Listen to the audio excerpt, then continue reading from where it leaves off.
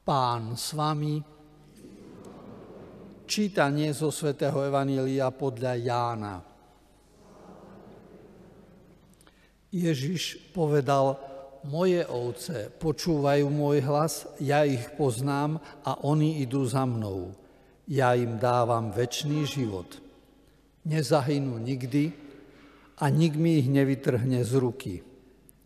Môj Otec, ktorý mi ich dal, je väčší od všetkých a nik ich nemôže vytrhnúť z ruky Otcovi. Ja a Otec sme jedno. Počuli sme slovo Pánovo. Chvála Tebe, Kristu. Sestry, bratia, vtipne sa hovorí, že žena sa cítila zle, zašla k lekárovi a on sa pýta: ste tu prvý raz, však boli ste už kvôli tomu u iného lekára? A ona hovorí: nie, ale radila som sa s magistrou v lekárni. A lekár na to: akú hlúposť vám poradila? On posmešne sa pýtal. A žena hovorí: no, aby som sa obrátila na vás.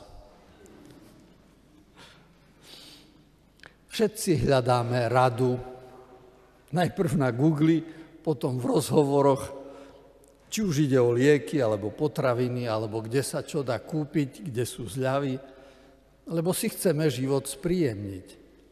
A tak sa staráme o zdravie, vyhľadávame odborníkov, lebo nám ide o zdravý životný štýl.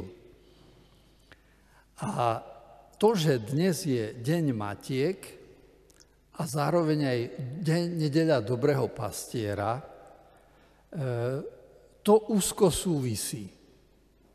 Totiž život, ľudské bytie, existenciu máme preto, lebo nám mama dala život, porodila nás. Bez mamy niet života. A Ježiš hovorí vetu: ja im dávam večný život. Nikdy nezahynú a nik ich nevytrhne z mojej ruky. Od mamy som dostal dar.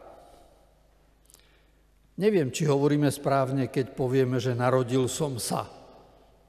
Lebo ja som bol bezmocný, nevedel som nič robiť. To mama by mala mať sviatok každý rok v deň môjho narodenia, lebo ona podala výkon. Ja som dostal dar, ktorý sa po grécky volá bios, život.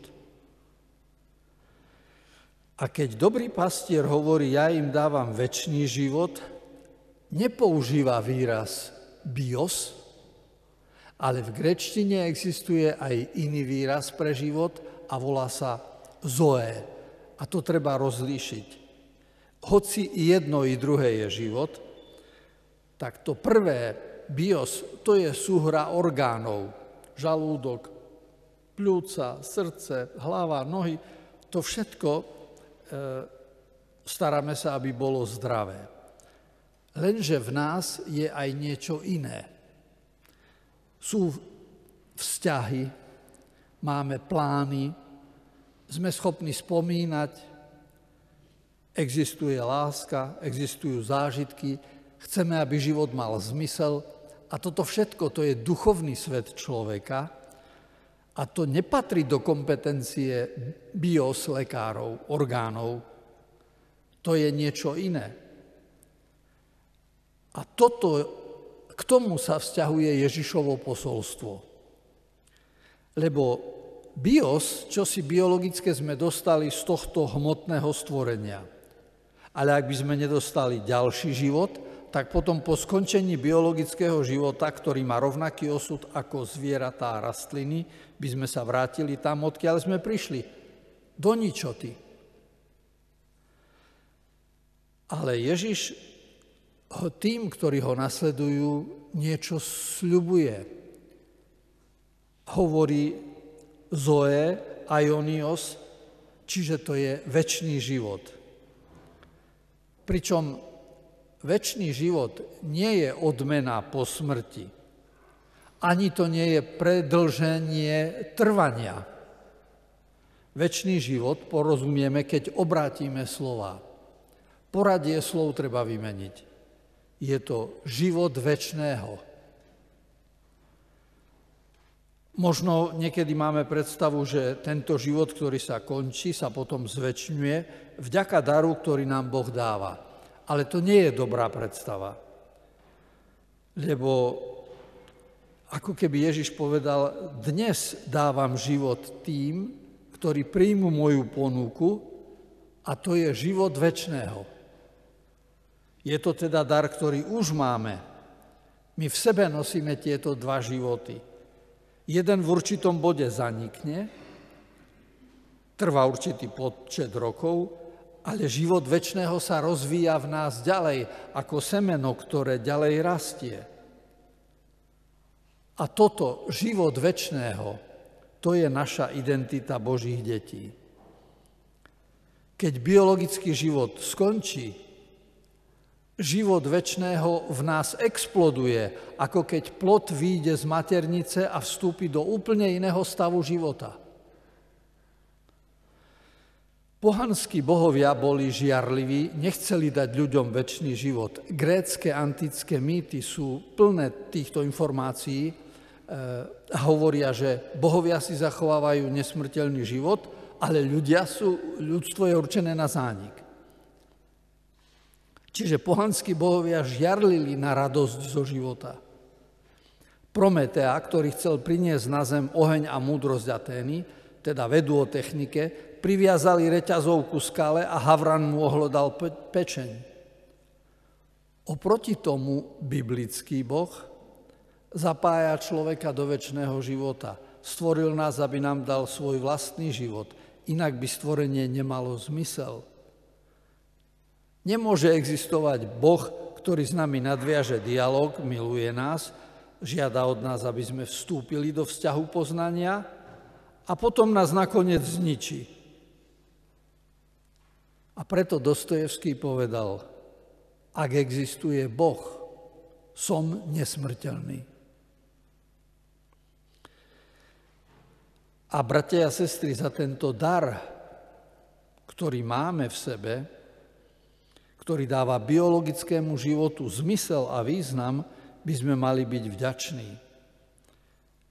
Aj my by sme mali, tak povediať, vybuchnúť radosťou.